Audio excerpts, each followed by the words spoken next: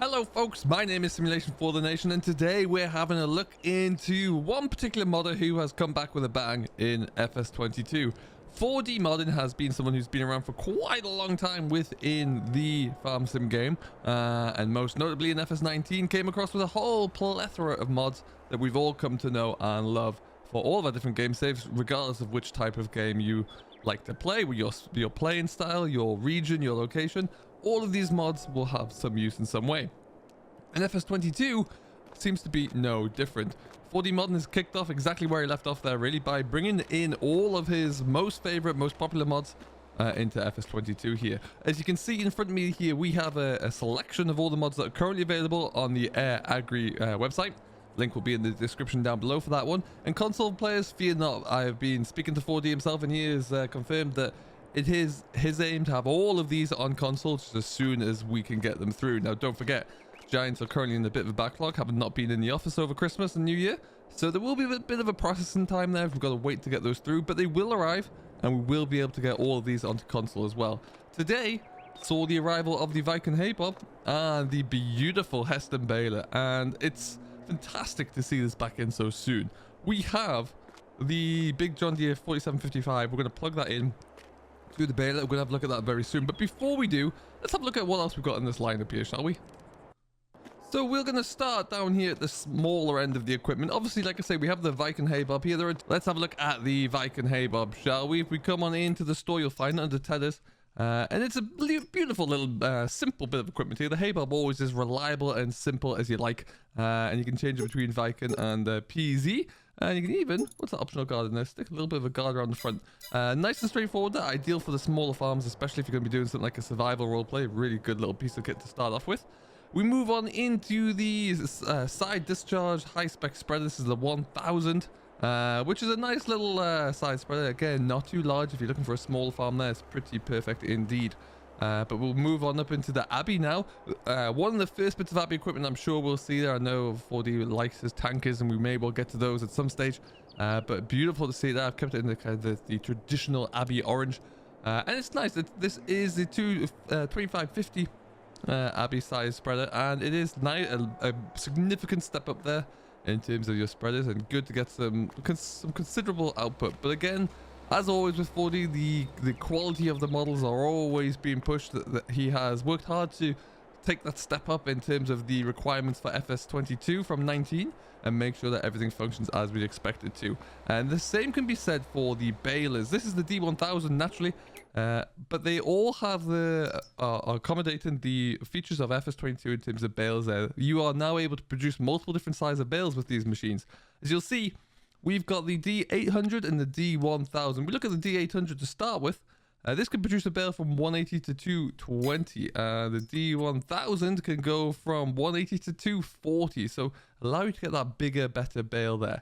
Take a look at all of the different configurable options though. There's a huge number. So you can look to change up the different color specifications there, make it look a bit more modern. Whole load of different optional extras like fire extinguishers. You can also put additive tanks on some of the balers. There you go. Let's stick that on the front now. We've got 2 fire extinguishers on. You can change the wheel types and the wheel manufacturers. Lots of different add-ons there. So I really do like the level of detail that you can go into with this. And of course, the same applies for the D800. As we have a look at the device itself, though, once again, similar levels of detail across the baler. Looking fantastic there, really throughout. I love the fact that 4D goes to so much detail when you put sounds onto the baler as well. We're going to find that out when we have a deep dive into that big Heston there in just a second. Similarly though, a lot of detail around the 2 trailers that we have here. First of all, we're looking at the Kane MQ 12-ton silage trailer. We have this spec'd out with one of the 4 different options for the silage sides. Come back on up into our store here along to the very end there, and we're going to look at the Kane. There's 2 different options. You have the Jubilee version, which is of course the silver and the blue. Or we're going to look at the standard version here as well. So right now the body type is currently set up as the grain trailer. We have silage extensions number 1. Best show you from this way. Number 2. And even look at that one as well. So lots of different types there, which are really nice to see. Again, configurable options up through the wazoo here. You can add extra lights onto the sides. You can add registration plates, color config as well. Limiting it to the your typical Kane colors, which I do really like. Love to see that one, and I think it just looks very, very nice indeed. Lovely, strong, quality silage trailer. That being said, the dually on my right here is fantastic. I've got this in my game save over on Hort Belleron.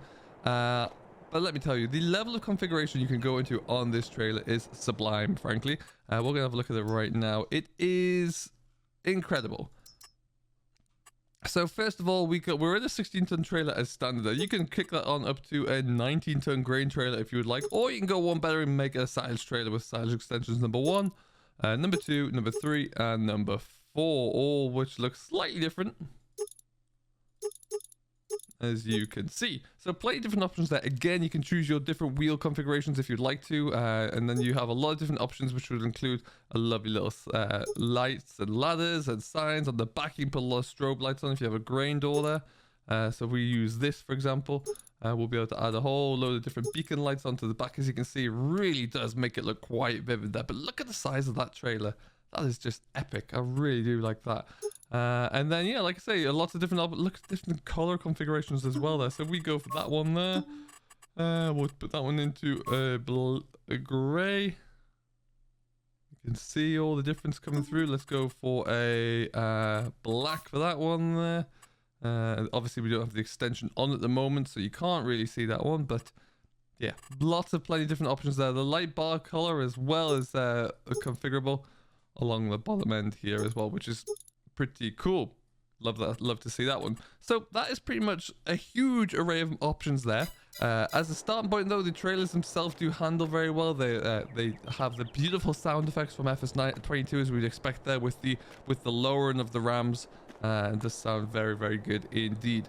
But again, like I say, it's fantastic to see that 4D is taking the time to figure out what those conversions look like, and also get all of the favorites on into game. Let's not forget as well, one of my actual strong favorites, a consistent appearer. This is a regular across most of my content because it is such a large fork. A great silage and muck fork here, 4,500 litre capacity as well, way, way bigger than any in-game options, but just fantastic. But let's get into the star of the show, shall we? We're going to pair this up with the 4755 John Deere, which I think, frankly, this is just a really good partnership, actually. And I'm really looking forward to it. I know it might struggle at it's going to be the higher end of the power requirement, but we'll make it work. We're just going to connect this up.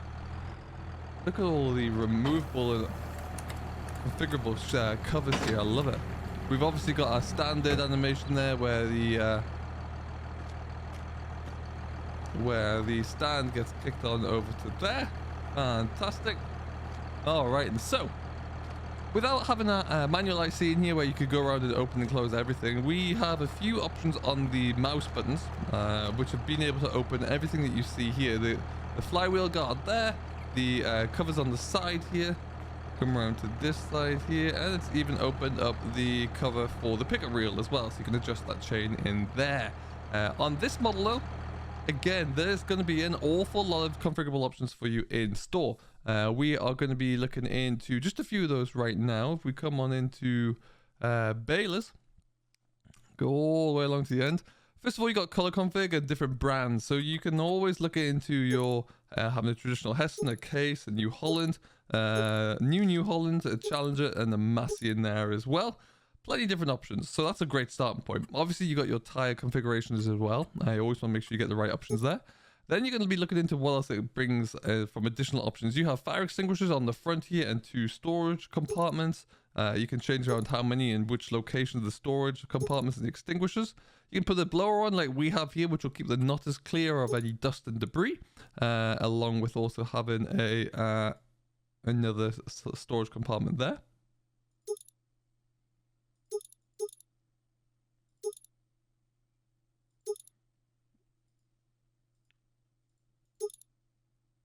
And it really does allow you just to figure out exactly how you can set everything up there, which I think is great. Beacons as well, you can choose to have new LED beacons or the more traditional round beacons on there as well, which I do like. Registration plates are always the standard.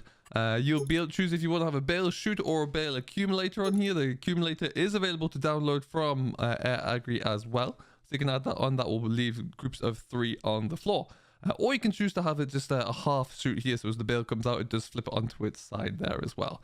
And then naturally as well, if you would like to, you could stick your silage additive on the back there, and then choose to change the color of any covers that you may have on your storage boxes on the front. So it's a beautiful looking bit of equipment. All right, so we are all set up there. We're going to keep all these covers open so we can see it work. Let's press B and fire it up. All right. It is away. And what's fantastic about this baler is, let's have a look at it going there, shall we? The flywheel's going. Look at everything moving there. The animation involved to get that all to work is magnificent. We're coming around the back end here as well. You can see your compactor there is doing its thing. Right down to the little pulley wheels in here as well, which is fantastic to see. You really do love that. I want to have a look on top. Obviously, nice and safe thing to do here. Let's go and have a bit of a climb over a moving flywheel. I like that. That is pretty cool to see.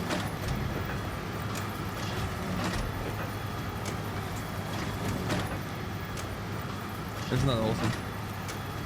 Fantastic there. And I think you'll find as well, just look at the pairing on this old John D here. Absolutely brilliant. Really do like that one.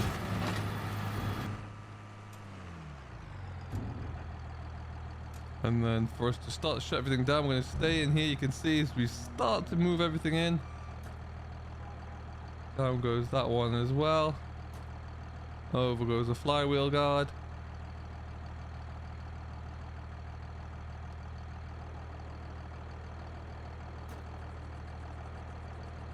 And then you can start to bring in all of the covers here as well. I think, as you can see, the last animation is the tail going up there, and you're all set.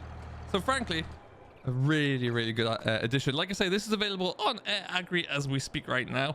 The rest of the mods are all available up there. Do go and click on the link in the description and go and download everything. Make sure you support 4D where you can, and keep an eye on the mod hub. As soon as Giants are able to get through that backlog, I'm sure we'll see a lot of these mods coming to console as well. It is certainly 4D's intention. A lot more work coming down in the pipeline from him as well, so you can expect to see some more of your favorites from 4D Modern, along with perhaps, who knows, maybe some new bits of equipment as well there. Until next time though, I do hope you have enjoyed this little bit of a review. My name has been Simulation for the Nation. I hope you're doing well. Do stay safe wherever you are, and we'll see you all in the next one.